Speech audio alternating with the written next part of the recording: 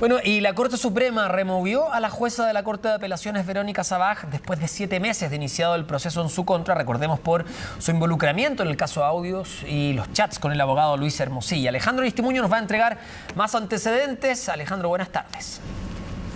¿Cómo están? Bueno, estuvimos esperando esta resolución.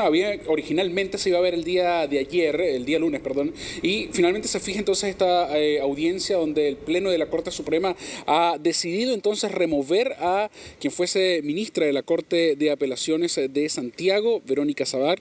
La última vez que integró una sala fue en la 12ª, allí en los tribunales, en el centro de Santiago. Recordemos que ella participa en unos chats con el abogado penalista Luis Hermosilla, hoy formalizado, imputado en el caso Audio Fact Top, donde también se ha investigado una serie de aristas que podrían presumir entonces el tráfico de influencia. Alguno de los chats es prácticamente donde Luis Hermosilla incluso recibe por parte de Verónica Sabag, según estos chats que han sido ampliamente difundidos, algunas incluso recomendaciones y correcciones de unos textos donde se han ingresado también a la justicia en distintas causas. Recordemos también lo que sucedía, por ejemplo, en las causas que enfrentaba el expresidente de la República, Sebastián Piñera, y donde se hacían algunas recomendaciones también respecto de algunas otras causas por parte de Verónica Sabag a Luis Hermosilla. Esto ha sido ampliamente difundido por Televisión Noticias desde enero, donde sabemos esta serie de chat donde habla Luis Hermosilla con Verónica Sabag. De hecho,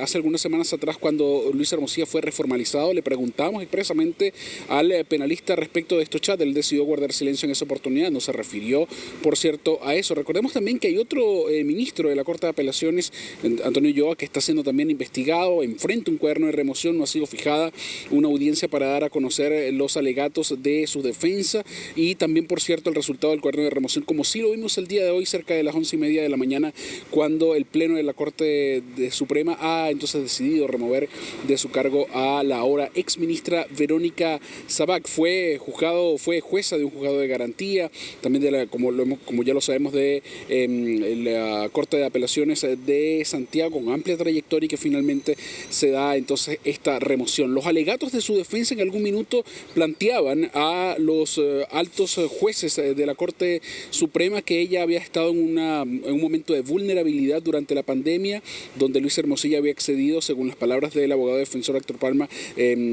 Parro Bencorrijo, en un momento de vulnerabilidad se había comunicado con la jueza y ella habría accedido entonces a este abuso de confianza, como lo ha dicho Héctor Palma. Esto fue desechado completamente por la Corte Suprema y finalmente accede entonces a la remoción de Verónica Sabag. Esto decía el abogado defensor de la ahora ex jueza, de la ahora ex ministra de la Corte de Apelaciones. Escuche.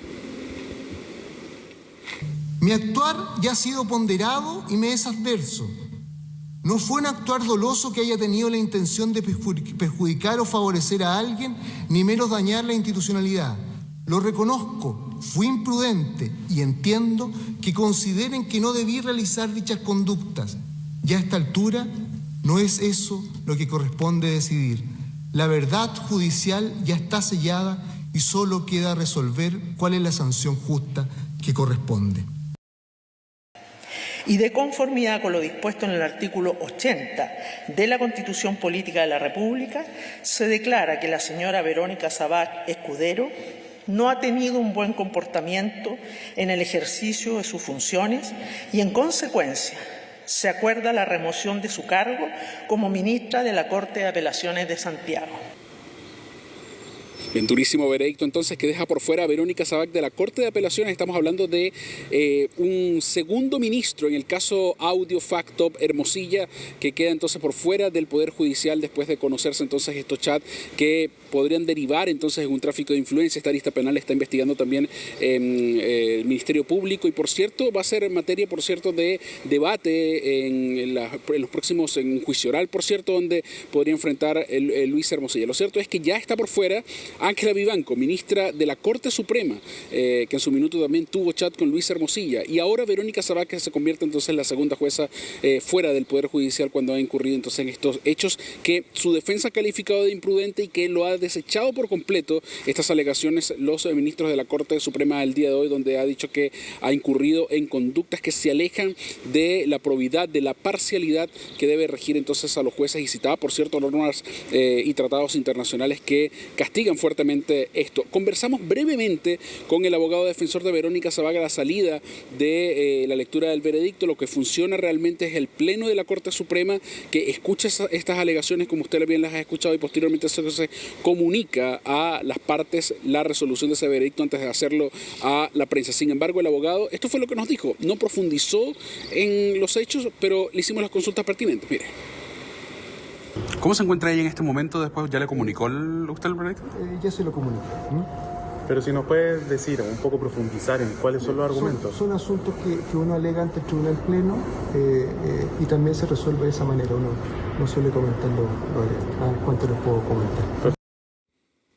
Bien, Verónica Sabac estaba suspendida por 4 meses. Esto se vio hace algunos días atrás también la Corte Suprema para ratificar entonces esa sanción administrativa prácticamente que enfrentaba la ministra de la Corte de Apelaciones de Santiago. La ratificó esa suspensión por 4 meses y ahora finalmente decide entonces y resuelve este cuaderno de remoción, dejando por fuera a Verónica Sabac como ahora ex ministra de la Corte de Apelaciones de Santiago. Es la segunda ministra de un tribunal del país que queda ya sancionada y por fuera del Poder Judicial después de conocerse este escándalo de los chats del abogado penalista Luis Hermosilla, que está siendo formalizado y que fue formalizado por distintos delitos, entre esos un posible tráfico de influencia, que será la justicia que determine esto. Ya el Poder Judicial, la Corte Suprema, ha determinado lo que ocurre con 2 de sus integrantes, en primera instancia con Ángela Vivanco y ahora con Verónica Sabac, que se ha defendido a través de su abogado diciendo que tuvo un actuar imprudente, que ya había sancionada con estos 4 meses de suspensión y que no esperaba la remoción de su cargo, que finalmente así lo resuelve la Corte Suprema el día de hoy. Ya son 2 ministras dependientes de la Corte Suprema, una Ángela Vivanco por la Corte Suprema y Verónica Sabac de la Corte de Apelaciones, que caen después de conocerse entonces el caso de Luis Hermosilla. Así es, que como tú decías estaba suspendida de forma inmediata, se decretó en ese momento desde el miércoles 22 de enero. Muchas gracias, José Alejandro, que esté muy bien. Gracias, José Alejandro. Buenas tardes. Veamos lo que pasó en la Comisión de Gobierno, Descentralización y Regionalización del Senado, porque se despachó el proyecto que busca sancionar con multa a quienes no vayan a votar en las próximas elecciones, y no solo eso, porque también a partir de 2026 se va a limitar el sufragio de los extranjeros, que son iniciativas que hoy se van a votar en la Cámara Alta. Roberto Carrasco ya nos cuenta más detalles. Roberto, ¿cómo estás? Buenas tardes. Hola, Roberto.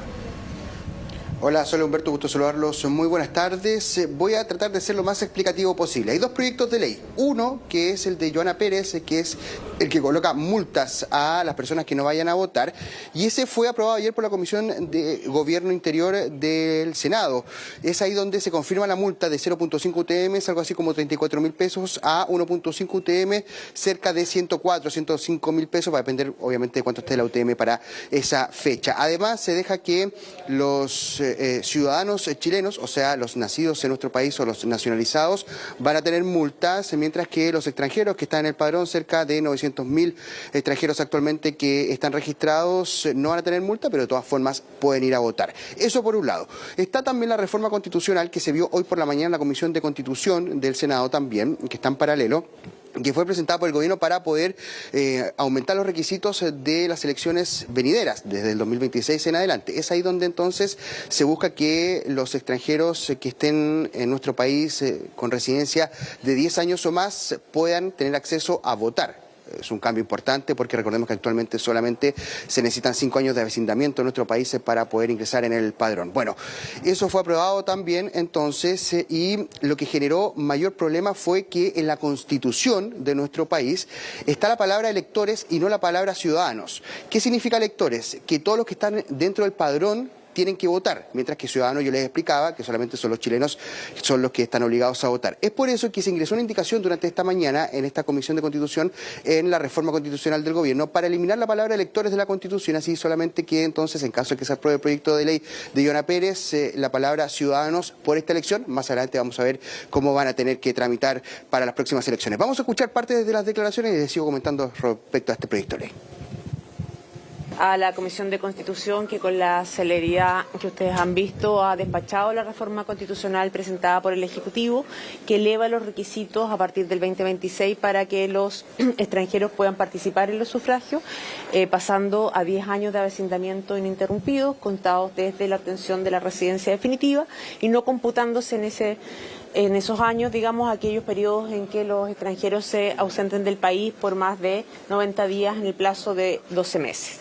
Hemos hecho una compatibilización de la redacción del artículo 14 con el artículo 15, que establece el tema del voto obligatorio, ratificando su carácter obligatorio, por cierto, y estableciendo que las sanciones será la propia ley independiente, ¿no es cierto?, de eliminando la palabra elector, y por tanto que será la Ley Orgánica Constitucional de Votaciones Populares y Escrutinio la que determinará el alcance de la sanción a quienes se les aplica y a quienes se les excluye. Esto aplica, ¿no es cierto?, la reforma constitucional a partir del 2026, es decir, del próximo ciclo electoral. Ya, esta indicación que yo les comentaba es muy importante, de eliminar la palabra electores de la Constitución, porque si no, si se aprueba, por ejemplo, el proyecto de Joana Pérez que dice ciudadanos y se rechaza esta indicación, se cae porque sería inconstitucional. ¿Por qué? Porque un proyecto de ley no puede sobrepasar a la Constitución. Es en ese sentido entonces que el gobierno necesita los votos y está buscando un acuerdo dentro de sus propios parlamentarios para que se pueda aprobar, porque necesita 4/7 en ambas salas. Vamos a escuchar más declaraciones de las presidentas de ambas comisiones de Gobierno Interior, donde estuvieron revisando el proyecto de ley de multas, y también la presidenta de la Comisión de Constitución, donde estuvieron revisando esta mañana lo que respecta a esta reforma constitucional. Bueno, aquí hay una voluntad de todos de avanzar en este proyecto que fija la multa para que se consagre la obligatoriedad del voto para los chilenos. Y el monto que propuso el gobierno iba de 0,5 a 1,5 UTM, es decir, entre los 33 y los 84 mil pesos, un monto que nos parece razonable. Se aprobó esta indicación propuesta por el gobierno por 4 votos a 1. El senador Quintana mantuvo su posición de la indicación de 67 mil pesos. Lo importante es que ya tenemos un avance legislativo. El proyecto ha sido despachado de la Comisión de Gobierno.